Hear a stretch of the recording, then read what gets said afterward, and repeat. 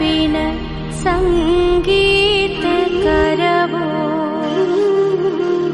मुदा भीरी नारी बदन कमला स्वाद मधुप। তোমাদের পরিবার সবাইকে আলোর দীপাবলির অনেক অনেক অনেক শুভেচ্ছা। এই আলোর উৎসব তোমাদের ঘরে শান্তি, সৌভাগ্য, সমৃদ্ধি সব নিয়ে আমাদের সারাটা বছর যেন আরও আরও ভালো যাক। এই বছর যেরকম গেছে পরের বছর যেন এর থেকেও অনেক ভালো যায়, তাই তোমাদের জন্য আমি মার কাছে প্রার্থনা করব। এবং আমি আমার ফ্যামিলি, আমার মেয়ে, আমার স্বামীকে নিয়ে যেন সামনের বছরও ঠিক এরকমভাবে আনন্দে থাকতে পারি, তাই মার কাছে প্রার্থনা করব। আমার বাড়িতে কালী পুজো হয়, তোমরা সবাই জানো। সেই কালী পুজোর প্রস্তুতি এখন চলছে, পুজো শুরু হবে, অমাবস্যা লেগে গেছে। তো এখন আমি আমার আলো দেবো পুরো বাড়িতে, তারই প্রস্তুতি নেব। তোমাদের সঙ্গে সব কিছু শেয়ার করবো আজকে আমি কীভাবে আমার এই আলোর দীপাবলি যাব, তো তোমাদের দেখাবো আমি কীভাবে তার প্রস্তুতি নিয়েছি। তো চলো আমার সঙ্গে।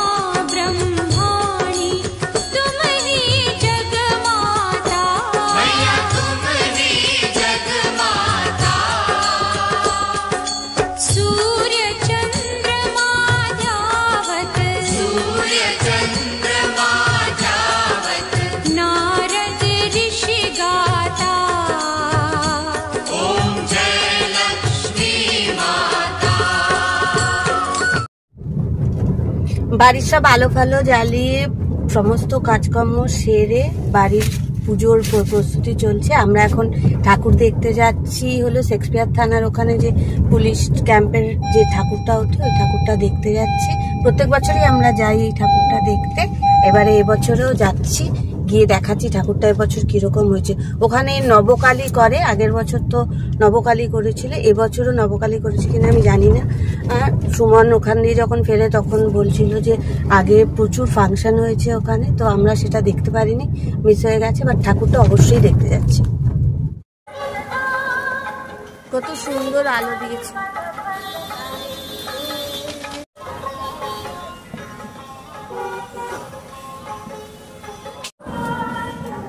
গাড়িটা প্রত্যেক বছর আগেই রাখি, কিন্তু এবছর এগিয়ে রাখতে হলো।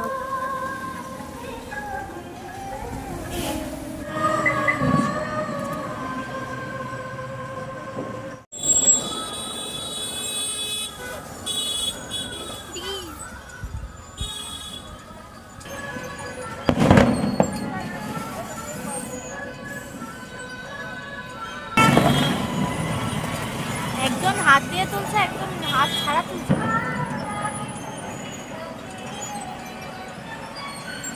এই হলো আমার কলকাতা, আলোর রোশনায় ঝলমল।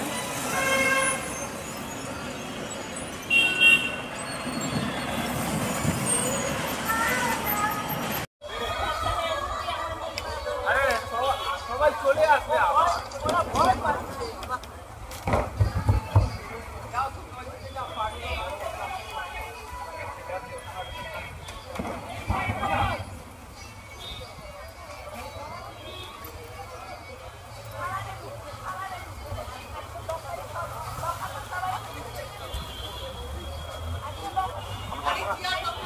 জগদ্ধাত্রী কালী, মা ভদ্রকালী,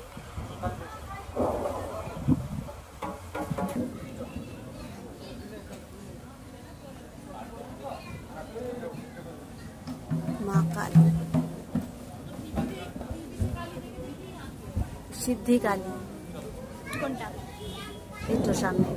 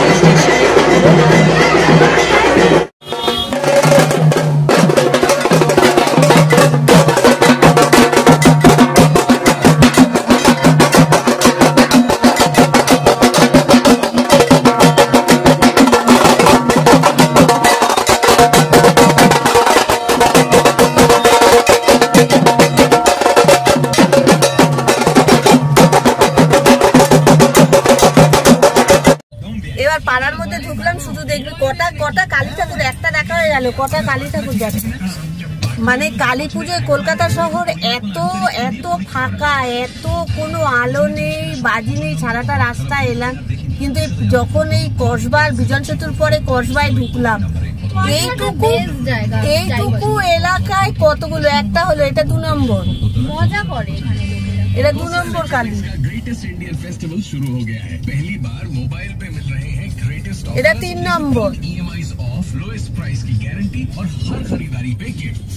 এটা আমাদের আদ্যা মন্দির, কসবার বিখ্যাত আদ্যা মন্দির, খুব জাগ্রত মন্দির।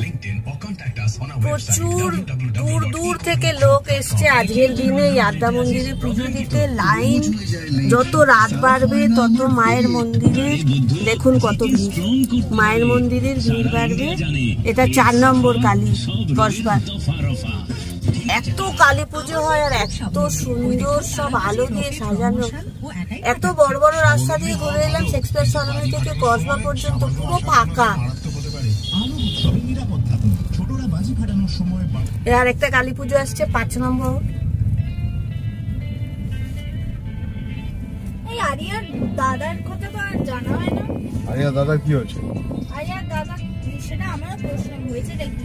কি বলবি তো? এটা আমাদের 5 নম্বর কালী। এখানে পুজো শুরু হয়ে গেছে, 9:30 বাজে, শুরু হওয়াটা খুব স্বাভাবিক। এখানে আরেকটা কালী পুজো হচ্ছে মডার্ন স্কুলের সামনে, 6 নম্বর কালী।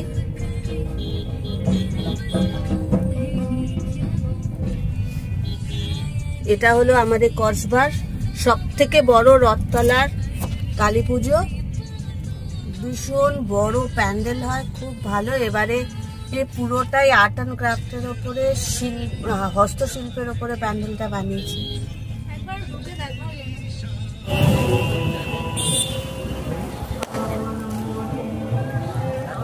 অপূর্ব হস্তশিল্পের নিদর্শন।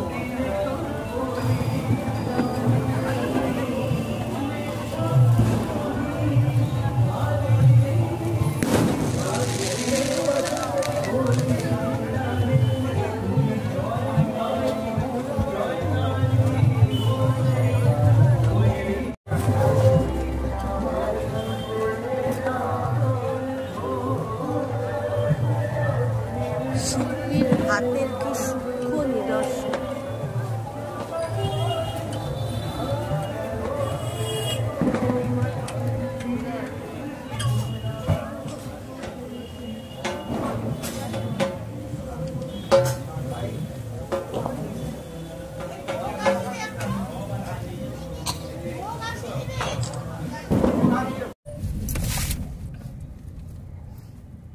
এটা আর একটা কালী। তো আমরা ফিরে এসেছি ঠাকুর থেকে। আমার ঠাকুর গোছানো হয়ে গেছে, কাল থেকে অফিস। আজকের দিনটা খুব ভালো কাটলো।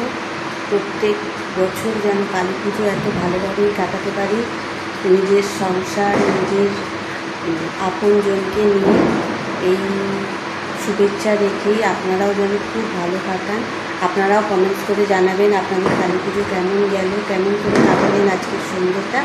আপনাদের সবাইকে আবার দীপাবলির শুভেচ্ছা জানিয়ে আজকে আমি আমার এই ব্লগটা এখানেই শেষ করছি। অনেক ধন্যবাদ।